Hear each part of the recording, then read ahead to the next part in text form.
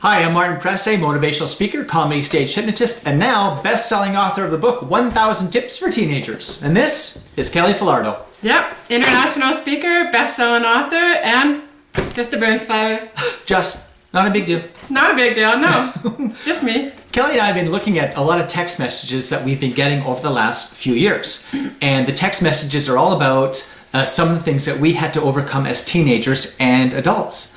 So we decided to put together some clips from some of the text messages that we've been getting. And so today we're going to be looking at one particular text message. And what does it say? It says, what made you want to become a motivational speaker? So? You go first. Me first this time. Usually he gets to go first. He's flipping it on me. I'm changing it up. Changing it up. Okay, sounds good. Well, okay. Here's what happened with me. I have never never knew what I wanted to be in my life.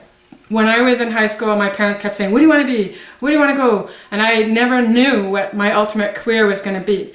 And I used to actually feel guilty because I never knew. And I always admired my grandma who started and ended her life in one job.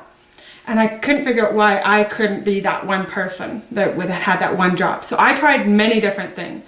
And it wasn't until about 3 years ago when I finally decided that I needed to be a speaker and that I totally enjoyed being able to inspire others. And I met a lady who said, Kelly, you need to be a speaker and inspire others. And I found it really difficult at first because I felt that I had to be like Anthony Robbins with that mega personality, right? Yeah. And I thought, how am I going to be that? But then I realized I didn't have to be Anthony Robbins in order to be a speaker. I could just be myself and tell my own story. And one of the very first times I did it professionally, I was able to make people dance and sing and cry. And I realized how much passion and excitement it brought to my heart. And I couldn't wait to do it again. So that's when I got some mentors involved and I went and took some courses so that I could learn how to do it. And it's just been fantastic. I get to have fun. I love my job. That's a big part of wanting to become a speaker. It's got to be something you love, because when you speak, you will do it a lot and you have to be passionate. And sometimes you got to be passionate about at a time when maybe you're not feeling so well. So it's such an important thing. I decided to become a speaker when I was about 9 years old. I was in front of an audience. I told a joke and a lot of people were laughing. And I remember that night going to bed and talking to my dad about it and just saying, wow, that was just a really great experience. And for me, that never left. I had that sense from when I was very young that somehow I would become a speaker. I just didn't know that there was such a thing as making a living as a speaker. I saw actors and I saw comedians, but I didn't think that you could make a living as a speaker. I remember being about 17 or 18 years old and writing in my journal that someday I would speak in front of thousands of people. Again, I didn't know how I would do it, but I promised myself that I would do it.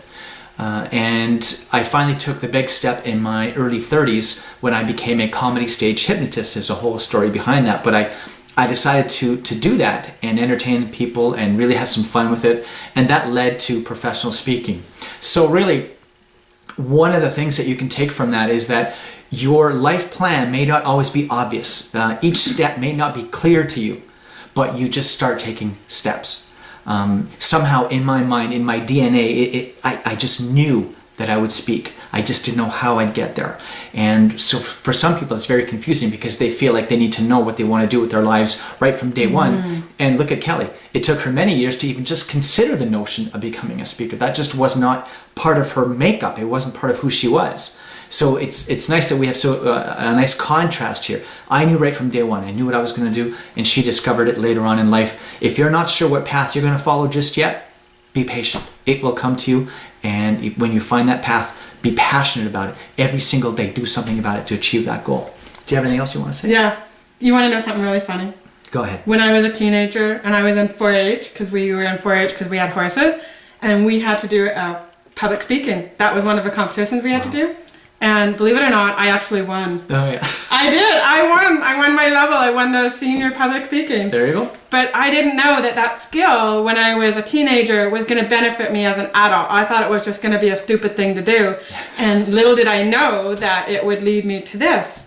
So I'm really grateful that I got to do that as a teenager, even though I just thought it was You kind of didn't know. silly. So there's a lesson right there. As a teenager, sometimes you may want to get involved with things that you can't see the benefit of right away. That's right. But later on in life, look out. Those things will pay off huge dividends. So what's the lesson there? Maybe just get involved. Really get involved and be part of something all the time. Anything else? We're good? I think we're good. So, don't be scared to try things, because that's the whole thing with life. You might not think you want to be a speaker, but maybe you want to be a singer. I know if I was a singer, I would suck at it.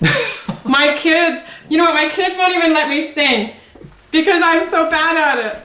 Join the club. I can't sing either. I'm Martin Presse. This is Kelly Falardeau. Stay tuned for the next tip. Talk to you soon. Thank you. Okay. That was awesome.